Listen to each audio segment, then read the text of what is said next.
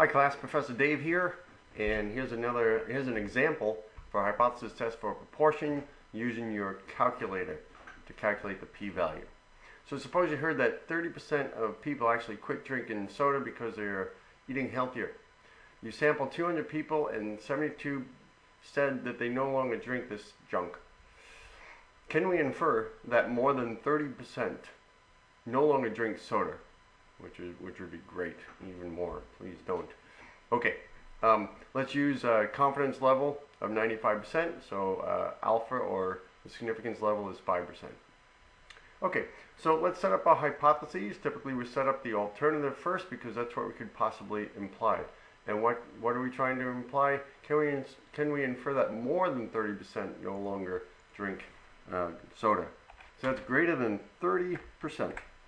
All right, so the null hypothesis is the opposite of that, and has to contain the equals. The key thing is the equals, so that's what I put there.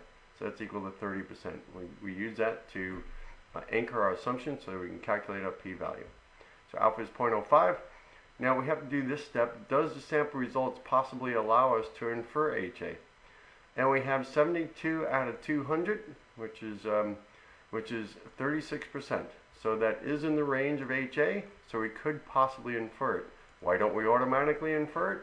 Because sample results vary, and it's conceivable that we could get this sample result even if this is true. So we'll have to see. Okay, so let's calculate the p-value. So to do that, I'm going to bring in our calculator, our TI-8384, turn it on, clear, and go to stats, and we'll go over to tests. Okay, and we're going to do a one pop z-test. So I'll bring this down to 5, enter, and then we'll put in our hypothesis, our equals is a 0.3, so we're going to put in 0.3. Okay, our x is the number of people who are no longer drinking that stuff, and we sampled 200 people. And we do want a p greater than, so okay. And we come down and hit calculate, so enter. All right. Our z-score is a 1.85, and our p-value is 0.032. Okay. So our z-score was 1.85, and our p-value was 0.032, I do believe. 3.2 it is. Okay, 3.2. All right, so that is a pretty small p-value. That's less than our willingness to be wrong.